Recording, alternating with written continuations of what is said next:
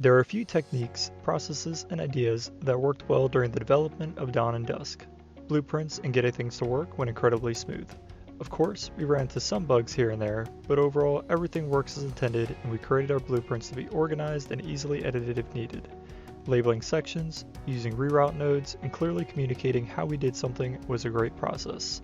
As individuals, we were each able to learn so much by using this process, and as a team, it allowed us to perfect a technique for quick and easy communication, even if it was someone's first time looking at the blueprint. As for ideas, we wanted a smooth transition between levels with a clear rest area in between. For this, we created the hub world, named Disgraced Capital. Using ideas from the entire team, this level became both a rest area as well as a tutorial area to teach the player how to use their new abilities. To progress, the player must traverse a simple puzzle that uses the recently unlocked ability. To reach the final level, the player must use either their starting abilities or upgraded ones, allowing good player choice and testing their knowledge of the abilities acquired through previous gameplay experiences. In the course of this project, we had the opportunity to learn from our successes, but it's often our failures that teach us the most. I'd like to quickly go over a few of our biggest takeaways from things that didn't go according to plan. Namely, I will discuss our poor foundation and our resource management. At the beginning of the Capstone project, we were like a little kid with our first Super Nintendo controller. We played with little to no concern with the knots in our cord. This led to a lot of stress trying to straighten things out. In particular, we had to go through a huge process to create a new character in a less resource-intense landscape.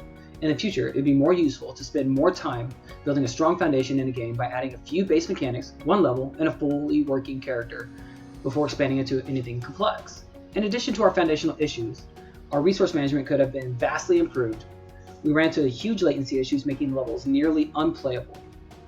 We had since learned that there are a couple of reasons: landscape and scripting. We managed to clean a lot of blueprints up and make a low poly landscape to resolve those issues. Throughout the course of this project, our team developed multiple skills. In particular, we were able to improve our ability to keep the player engaged. We did this by always having a point of interest that remains visible to the player. Some examples are structures, doors, lights, and collectibles. We also had an opportunity to improve our skills in UI usage. We wanted to make sure that players always had some guidance through our game to avoid getting frustrated. We have found triggers to be one of the best ways to keep the player on the right track. When the player approaches a new area, there will be a prompt given to help guide the player to their next objective. While there are many other skills we used, I would like to focus on one last skill for now, the skill of increasing difficulty. While progressing through Dawn and Dusk, players are constantly challenged in new ways. We were able to introduce mechanics at a gradual pace that let the player have room to grow. By the end of the game, the player wields multiple spirits, items, and platforming skills to complete advanced puzzles. The ability to manage difficulty increased our control over the flow of our game and kept players engaged. The style of this game started off as a cartoony platformer that gave the player the ability to scale mountains with the use of floating platforms controlled by magic. That style changed as time progressed, so we kept a few of the key mechanics. Our genre identity is a dark-themed 3D platformer. Our mission is to bring peace to the lands of Dawn and Dusk. You take on the role of Daily with the help of Night to guide you through your quest of defeating the challenges the lords of each land present to you, some of which consist of puzzles, while others were kill missions to slaughter the lord. After you defeat the minor lords, you will be faced with the hardest challenge of them all, defeating the Master Overlord.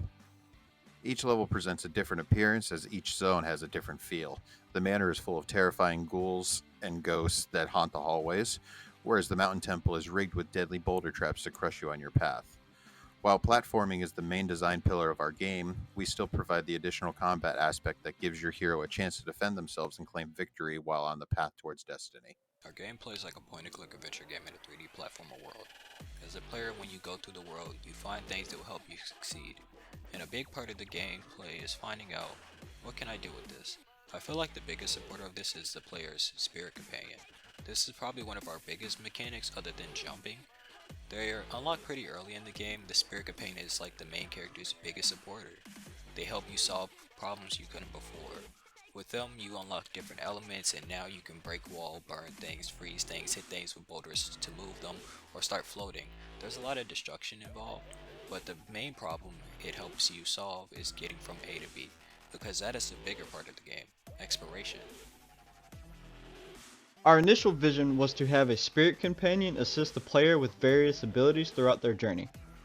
Once given complete freedom, everything we have added has been to help that goal. One major difference in what it is now and what we thought it up to be is that we have created a 3D platformer version of what we imagined from the start. We were originally going to make an open world with players needing to go back to previous areas to solve puzzles they could not before with their new abilities they earn along the way. But because of the first month where we had to make an exact copy of a game and we chose a 3D platformer, which was Yooka-Laylee, it has started to become a mix of what we visualized and what we were copying. The two blending together has worked well so far, and we are very proud of it. One final thing we would like to mention about the game is how well it flows. The game really came together by the end, and it has a lot of potential. The narrative follows the hero's journey, the mechanics bring unique combinations of genres together, the levels progress in difficulty, and the game has a large amount of content from a very small team in a limited amount of time. From everyone at Xtremery Studios, thank you, and see you next time.